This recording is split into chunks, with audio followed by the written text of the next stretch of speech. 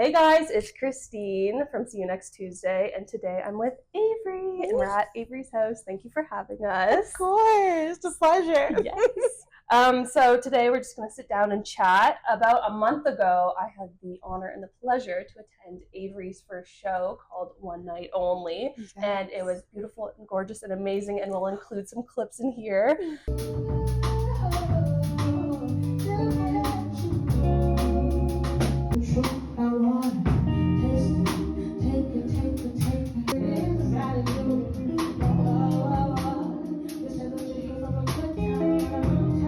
Just jump right into it. Let's do it. Yes. Okay, so to start off, I want to know a little bit about like your roots growing up in Hamilton, and how did growing up there shape your identity and love for music? Oh my goodness. Okay, so born and raised Stony Creek in Hamilton, hometown. I was raised by two Jamaican parents. So in the household, we always had reggae, dance hall, even Latin music as well. A nice mix, a melting pot. Yep. So growing up, there was always music playing throughout the house. We were a very musical family in that sense. Like, we were big appreciators of all kinds of music, and dance as well. Growing up, it was like that. My parents, I was lucky to have parents that encouraged me in the arts field, and so singing, dancing, that was my thing growing up. And I started singing when I was 5. I entered my first talent show then. Wow. Yes, and then followed by some singing lessons, of course, throughout the years. And then when I was 16, I started professionally singing, so doing, anything, fundraisers, galas, things for the school board, throughout Hamilton and the surrounding areas. And then by the time I got to 18, when I went off to college, I then embarked on a 6-year journey of jazz music and performing arts. Okay, amazing. Yes. Yes, so I am contemporary trained in that sense. So jazz, contemporary, that kind of gig. The opposite side of that is classically trained. But I opted to go to the contemporary route just because it's closer to the music that I love and grew up with. That's essentially my background. I've always been a big appreciator of music. It's the common thread throughout my life. So I'm happy that now I'm at the point that I was able to move to the big city here in Toronto, and just to chase my dreams, And it really helps to have parents who are supportive of that. It makes a huge difference to have that support system. I am everything because of my family, yet I am nothing without it. So that's kind of the gig. I remember at your show I saw your mom, and I think your brother was there too. And it was just so much love and so much support. And I feel like as an artist, you kind of need that. You need a community behind you to like help you and back you. So it's true. It's true. You can't do it alone. You really can't. You need to be able to trust in the people around you to know that, hey, I may not know everything, but I'm going to find somebody who eats, sleeps, and breathes a certain thing, and to just give them that creative control, to be able to trust, to let go, to let them do what they do best. You know what I mean? So I'm very glad that I was able to come here. I came here in July, but a year ago I lived in Etobicoke. So it was pretty close to the city. It was a gradual move. But I'm very, very happy. When I came here, I said to myself, I want to create a group around me filled with creatives just like me, who are hungry, who are trying to lift whatever this thing is off the ground, to push it to the masses and reach the highest heights of success, and who are serious about it, and I'm happy I was able to find my tribe. I mean, even like I only know like a couple people, I guess, that were at the show. Like Hallie's one of them, Jamel is another, and then I'm also familiar with your producers as well. So like you do have a lot of extremely like strong creative people like in your tribe. So I think that's everything, so that's amazing. Another thing I wanted to talk to you about, you just touched on it, was like your education. So where did you go? Like what school did you go to? Yeah, so I started off at Sheridan College. Okay. So I did performing arts there. Okay. And then after that, I went to Humber College and pursued jazz music there. Okay. And then after that, I then went back to my hometown in Hamilton and continued studying at Mohawk College. Okay. For more jazz music. Yeah. So. Okay. I love it. So Yes. like, what do you? Because there's kind of like the debate when you're a creative. It's like, should I go to school for this, or should I kind of pursue it independently? Like, would you recommend to someone who's maybe like 12 or 13, like in high school, and like thinking about, hey, I want to do this professionally? Would you recommend going the educational route? Like, do you think it has like a lot of benefit that's worth like the money of doing it? Ooh, I do. Yeah, I do. Well, let me first start off by saying that there are so many amazing, talented people who never went to school, who never even knew how to read music theory. Yep. So I don't think necessarily you have to go the school route. It was just an option that I chose. And my main reason was, I don't want to, get to a place where, say, I'm in a studio and I'm with a bunch of industry people around me and I do not know or understand the language. You know what I mean? So I wanted to make sure that I took all the steps for me to understand music, to dissect it, to learn it, and so that when my time comes to be able to be around the people who, again, eat, sleep, breathe it, I can also understand the language of what they're speaking, and I'm able to articulate myself and be precise on what it is that I want to happen in the session, in the music, and for them to understand me. So that was my biggest reason. And also, I've made a lot of amazing connections within the industry through schooling. It's all with the network. It really is. Because it sucks, unfortunately, that like if you don't know anyone, it's really, really hard, I find, to get to where you want to go when you don't necessarily know who to align yourself with. You know what I mean? It just feels like everything is just cold calling. So at least to be in an institution where you have people who have ties to the industry, the exact industry that you want to go into. Some people went into music programs to be music therapists, who go on to then different universities to pursue that and get into their medical field of music inclusion, that kind of thing. So for me, I'm just happy that I was able to find the people who were the right fit for me and what I wanted to do. So I would say those are a couple of the reasons why I went to school personally. I don't at all think you absolutely need to do it, because everyone can find their own path, whether with or without schooling and being in an institution. I've had people who were able to just learn music through YouTube videos. That is a very big plus. Shout out to YouTube, because it really teaches a lot of people, and you don't have to fork out a lot of money to be able to go to these things. School loans, debts, those kinds of things, they're still very real. So those are a couple of reasons for me. I understand. Okay, so you're now based in Toronto, a city known for its diverse music scene. Could you share what it's been like breaking into Toronto's music world, and have there been any particular challenges or standout moments? It is a challenge when I move, when anyone moves to a city and you don't really know anyone there. So, for example, how it initially started was when I was in Hamilton, I met two incredible producers, go by the name of Gone Boy and Deltoid the New. Shout out. Yes. And so it started off with me commuting from Hamilton to Burlington every week, 2 days a week. God bless my mom, because she would be on that commute with me, taking me to and from, So it started off with that, me doing that for about a year, commuting Hamilton to Burlington, where they resided at the time.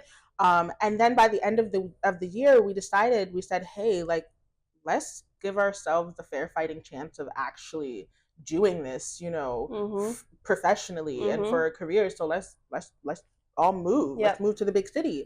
So a year passed and we're like, you know what? Okay, next year we're gonna do it. So they went, and then I followed up about maybe 2 months later, and we've been working ever since. And that was about, I want to say, I don't want to tell a lie, maybe 2 years ago. Okay. Yep. Yeah.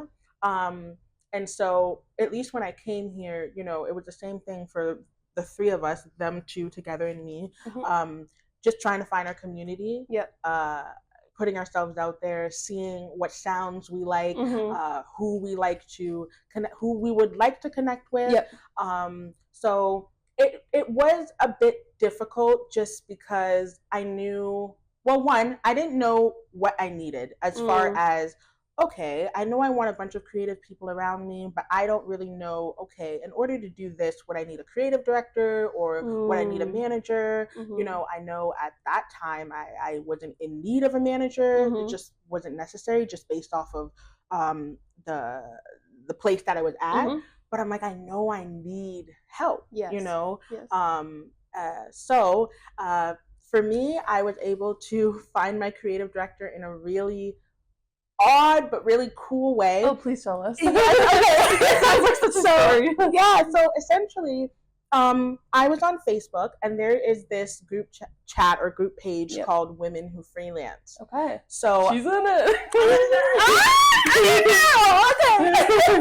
So I was on there, and I basically made a post saying, hey, I'm looking for a full-time, you know, creative director, and I listed all the things that I'm looking for, and I put my link with my music on there, and I said, hey, if anyone's interested or knows someone, please reach out to me.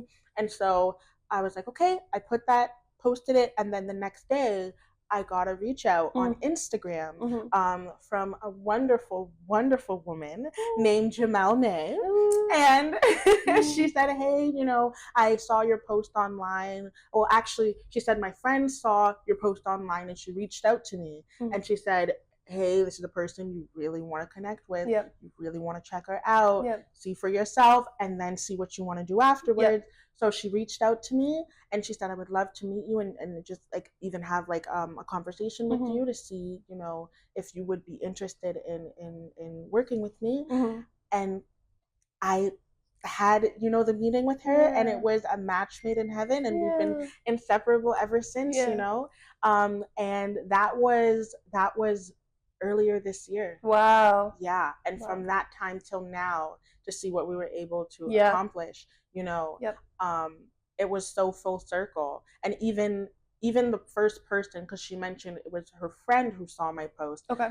That person was Hallie. Oh. That was Miss Hallie Turner. Okay. So you see, so it's all connected, and we've all been working together ever since. It's all meant to happen. It's all meant to happen. So Jamel, she is my creative director, and Hallie, she is a woman with many hats. She is my acting executive assistant, brand strategist.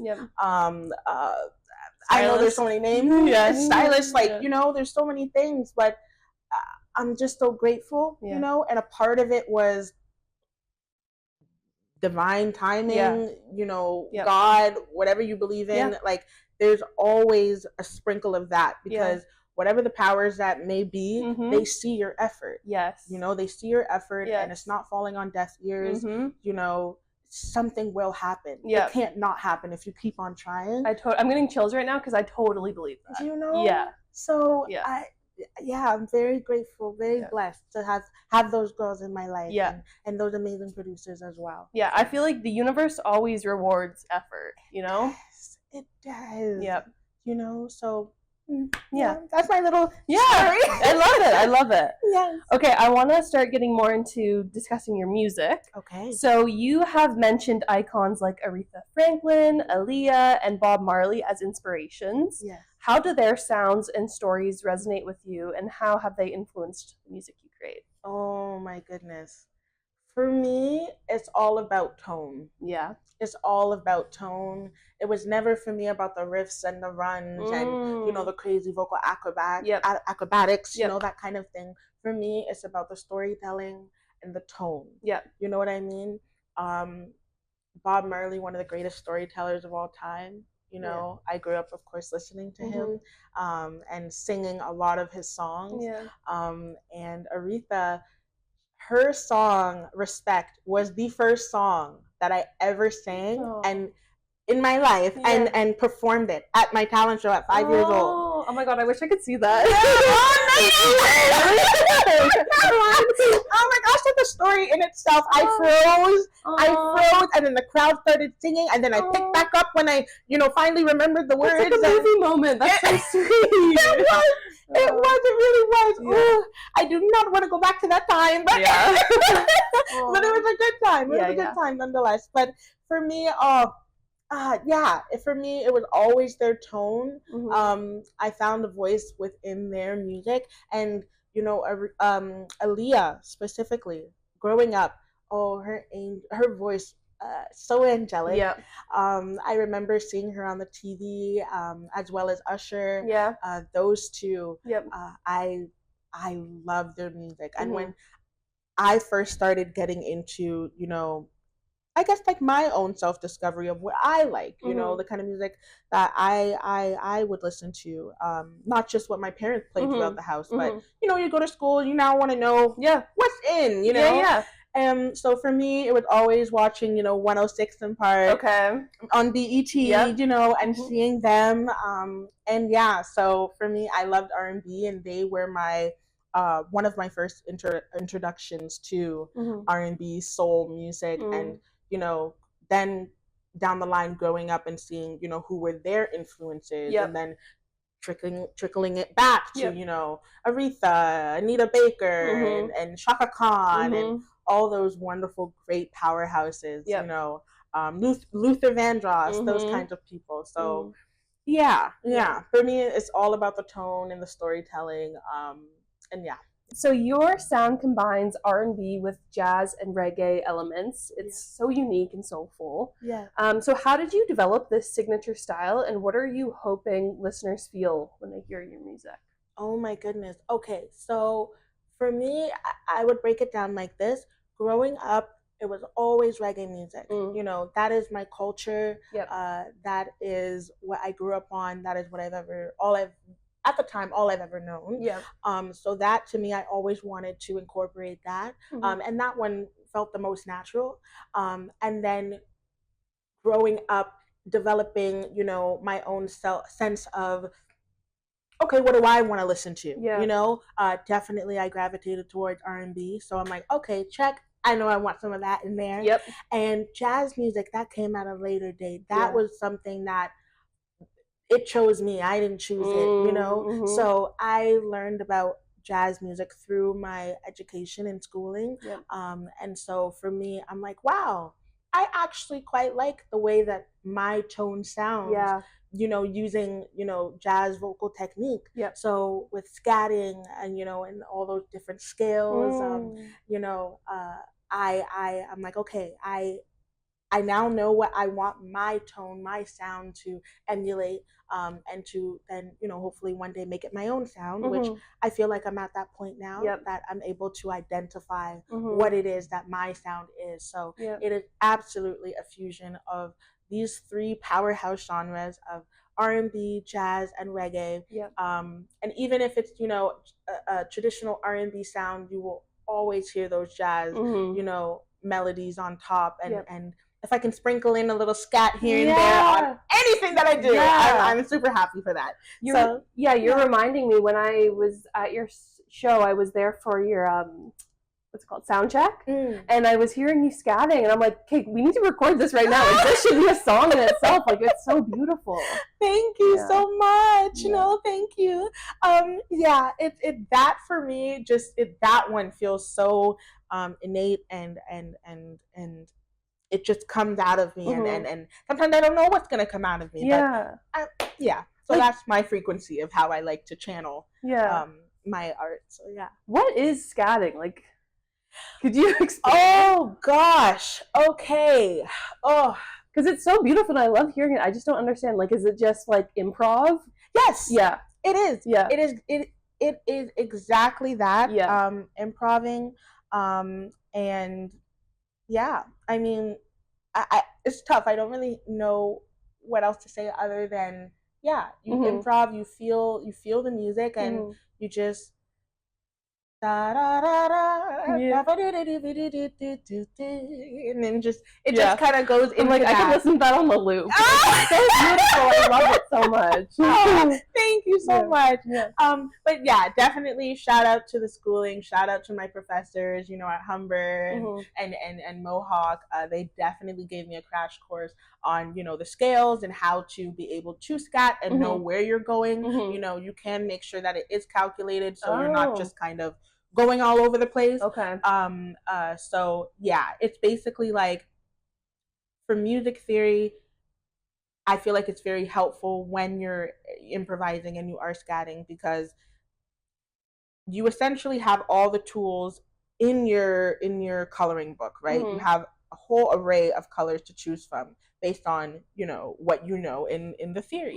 So then you're now able to pick and choose, okay, I want to be able to pick from that and choose that color to make this kind of happy sound or this kind of somber sound. So making sure you're equipped with as many tools as possible, it gives you like a complete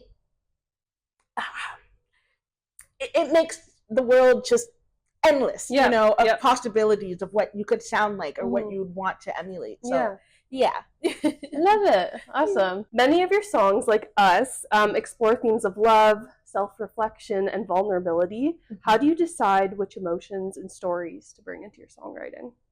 Oh my goodness. Honestly, it is never premeditated. Okay. It is never. I usually just hear the music first. Yeah. Whether it's I come up with a melody in my head, or there was already a song, like already music made that I can just write to.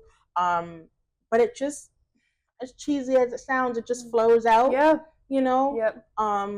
And certain sounds invoke certain feelings within you. So I can hear a melody and I'm like, oh, interesting. That reminds me, when I was 12 years old and I was dancing in the kitchen with my father and, cutting a rug. And so certain sounds, it really just takes you back to a memory. It's like a frequency. It is absolutely a frequency. So yeah, I would say it just comes to me. It chooses me rather than me choosing it. Yeah. So yeah. What is the creative process like for you? Do you have like a set time every day, like, okay, I'm gonna try to get something out right now? Or is it more like kind of with the wind and you're like, oh, I feel it now, I need to get to the studio?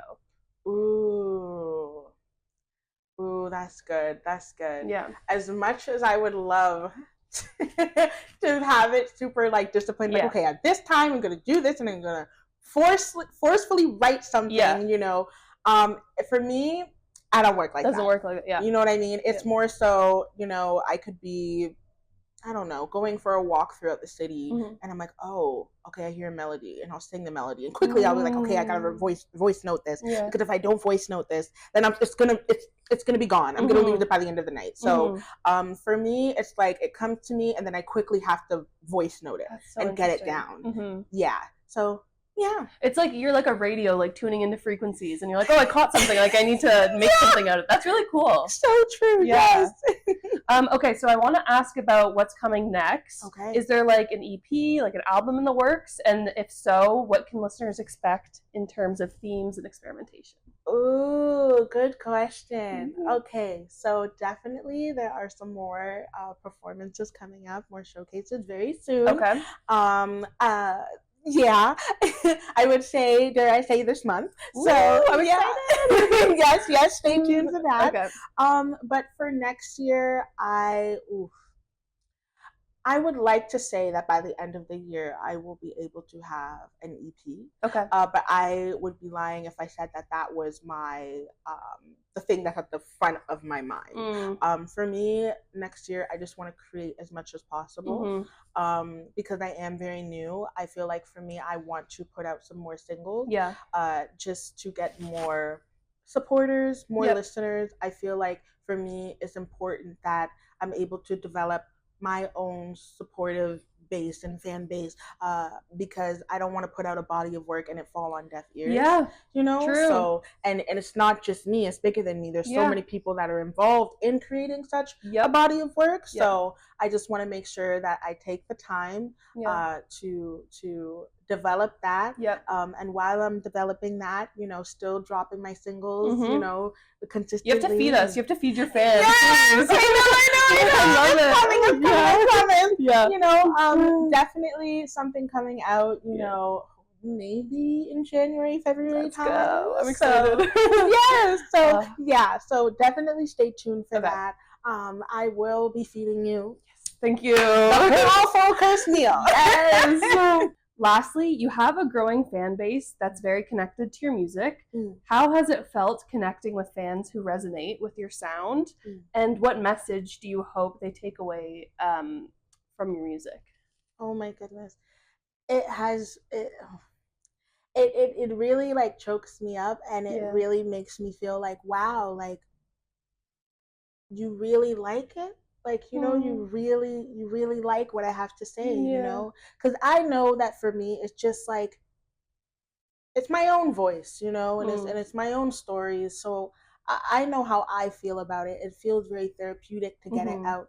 But to know that there's somebody out there who like feels it the way that I feel it, and even sometimes they feel it differently, but it invokes a very strong feeling within them that they can appreciate it, you know, and